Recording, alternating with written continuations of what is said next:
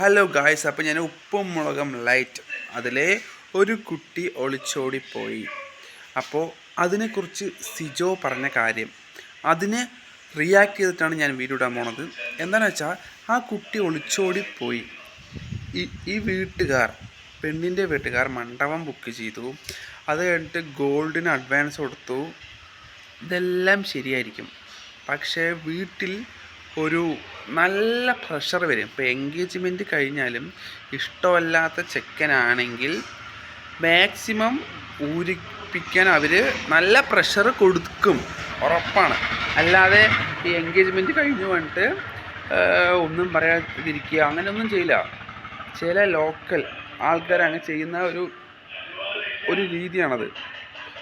Engagement കഴിഞ്ഞാലും അവരിങ്ങനെ പറഞ്ഞുകൊണ്ടേയിരിക്കും, വീട്ടിലിങ്ങനെ പ്രഷർ ഇട്ടുകൊണ്ടേയിരിക്കും. എന്തിനാണ് അവൻ വേണ്ട ഡെയിലി പ്രഷർ കേട്ട് ഒരു ബ്ലാക്ക് മെയിൽ ചെയ്യാനൊക്കെ നോക്കിയിട്ടുണ്ടാവും വീട്ടുകാർ, പെണ്ണിൻ്റെ വീട്ടുകാർ.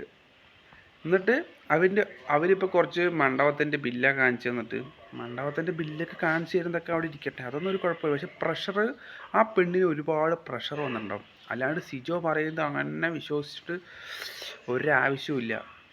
ഇപ്പോൾ പെണ്ണിൻ്റെ വീട്ടുകാരോട് ചോദിച്ചാൽ ഒരിക്കലും അവൻ്റെ ഭാഗത്ത് തെറ്റുണ്ടെന്ന് അവർ പറയില്ല.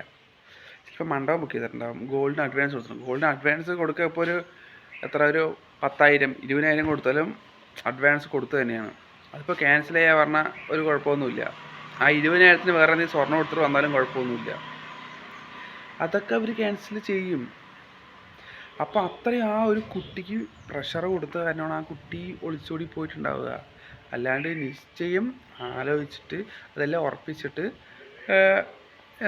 ഈ ഒളിച്ചോടി പോകണം പറഞ്ഞാൽ ആ കുട്ടിക്ക് നല്ല പ്രഷർ വന്നിട്ടുണ്ടാവും. ചിലപ്പോൾ അത് പറയാൻ പറ്റാത്ത അത്ര പ്രഷറായിരിക്കും.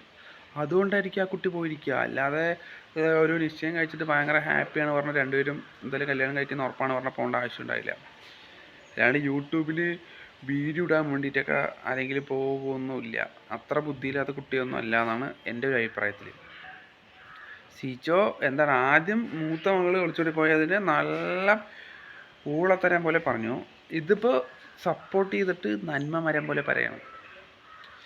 ഇത് വെറുതെ ഒരിക്കലും നമ്മൾ രണ്ട് സൈഡും വിളിക്കാതെ നമ്മളൊരു എക്സ്പ്ലനേഷൻ പറയാൻ പറ്റില്ല. പെണ്ണിൻ്റെ വീട്ടുകാരുടെ അടുത്തും ചോദിക്കണം, ചെക്കൻ്റെ അടുത്തും. ചെക്കൻ അതിൽ ഊളത്തരം എന്നൊക്കെ പറയുന്നുണ്ട്. ചെക്കൻ ഈ കാണിച്ചത് ഭയങ്കര മോശമായി.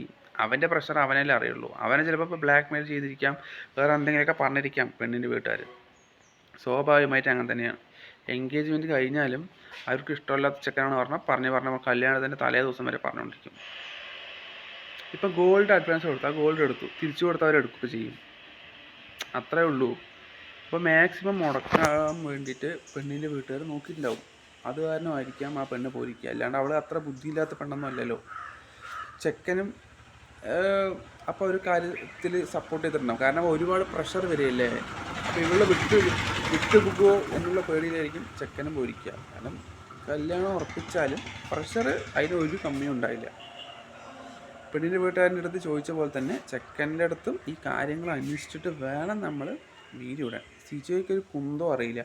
വെറുതെ ബിഗ് ബോസ് എന്ന് ചാടി വന്ന പോലെ കുറച്ച് ആൾക്കാർക്ക് അറിയാമെന്നുള്ളൊരു മട്ടിൽ പറഞ്ഞു കൂട്ടില്ലാണ്ട് വേറെ ഒരു വിവരമൊന്നുമില്ല.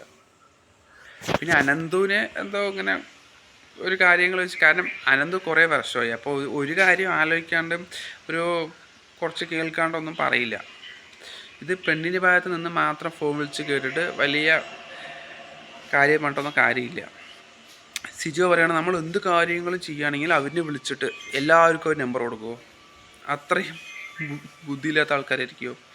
സിജോ ഒരു മണ്ടത്തരം പറയണത്. Okay, by.